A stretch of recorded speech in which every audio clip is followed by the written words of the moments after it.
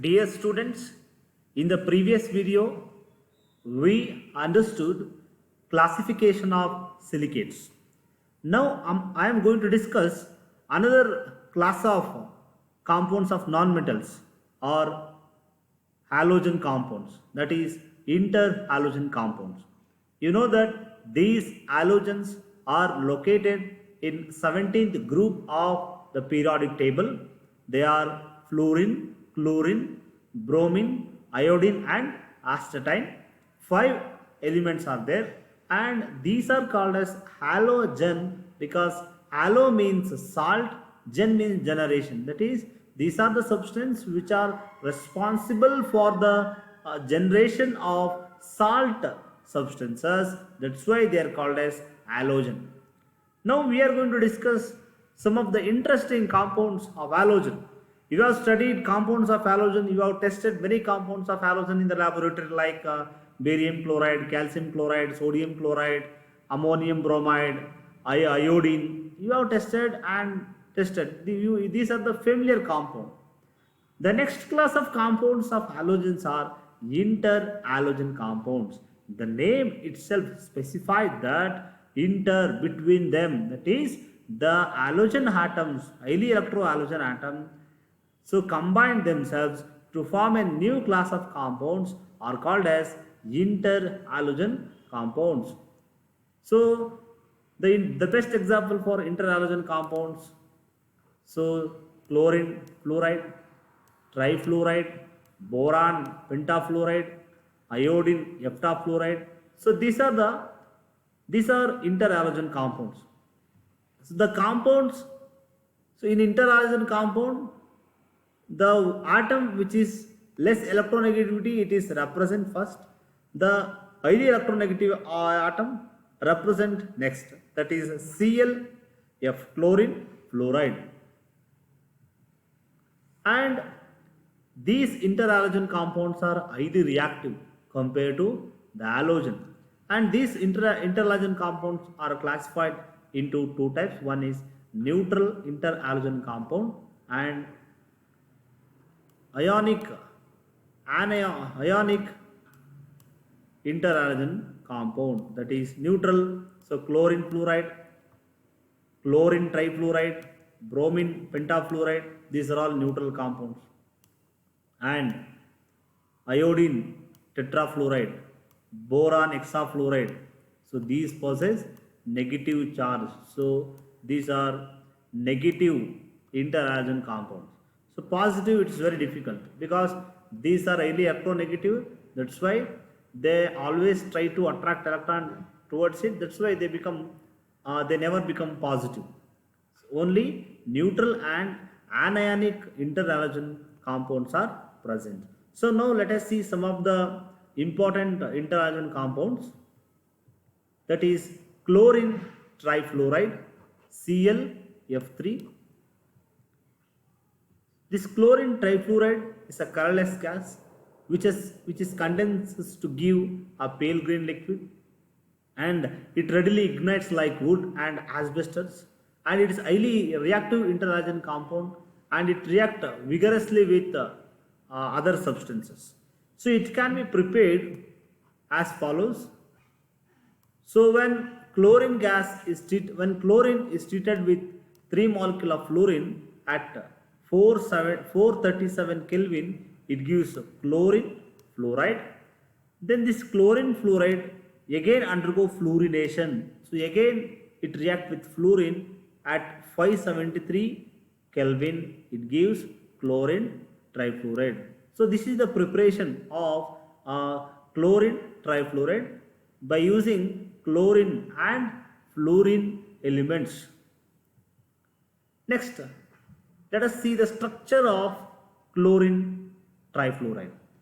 Dear students, in this chapter we are going to discuss the structure of 5 to 6 compounds.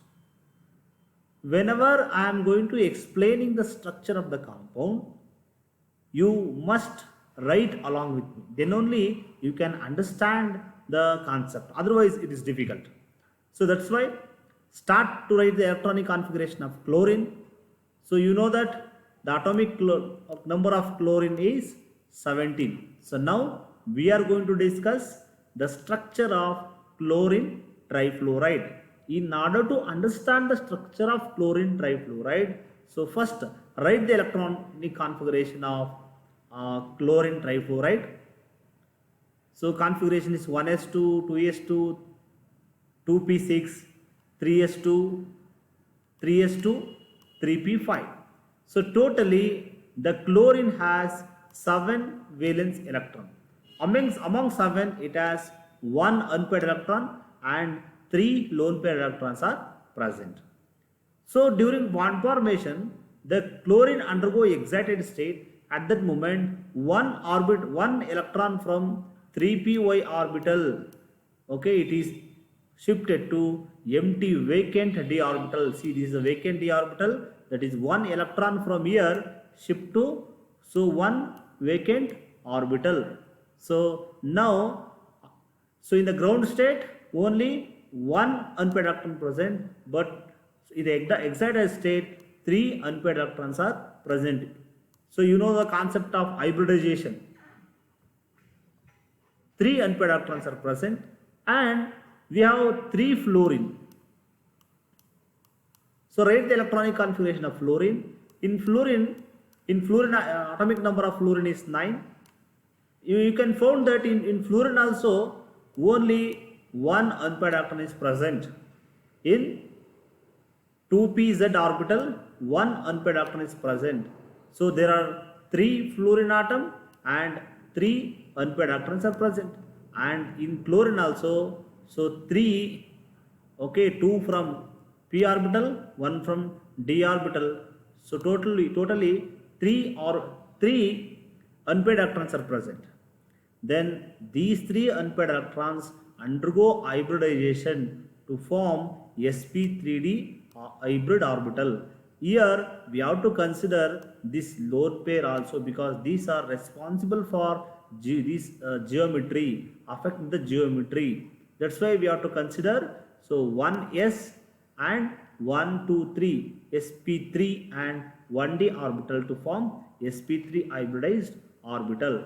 So here you can see that there are 3 unpaired electrons are present in hybrid orbital. So to these hybrid orbitals of chlorine, the fluorine electrons undergo overlapping to form 3 covalent bond. So it forms a 3 covalent bond. You just look at the structure here. So there are 3 covalent bond, and so these are 2 lone pair electrons. You can find there are 2 lone pair electron. Okay, it is located. So we are expected that ClF3, chlorine trifluoride, must, okay, if any central atom it is attached to 3 another atoms, we expect that it must be a trigonal shape. Okay, we are expecting a trigonal shape like this, that is the Cl present at the center and 3 fluorine atoms are going to present at 3 corners of this triangle. This is what we are expecting. See, this is the expected geometry of chlorine trifluoride, but chlorine trifluoride, instead of the trigonal shape, trigonal planar shape, so it is going to possess T shape. You just observe here, that is fluorine, chlorine, and so it is a T shaped structure because of presence of 2 lone pair electron. These lone pair electrons, so due to lone pair bond pair repulsion, instead of trigonal, so they are going to, okay, have a distorted geometry, that is they possess T shape. So we understood, we studied VSEPR theory. In VSEPR theory, so we understood valential electron pair repulsion theory. We understood how geometry is going to affect by the number of lone pair electrons. So apply this theory.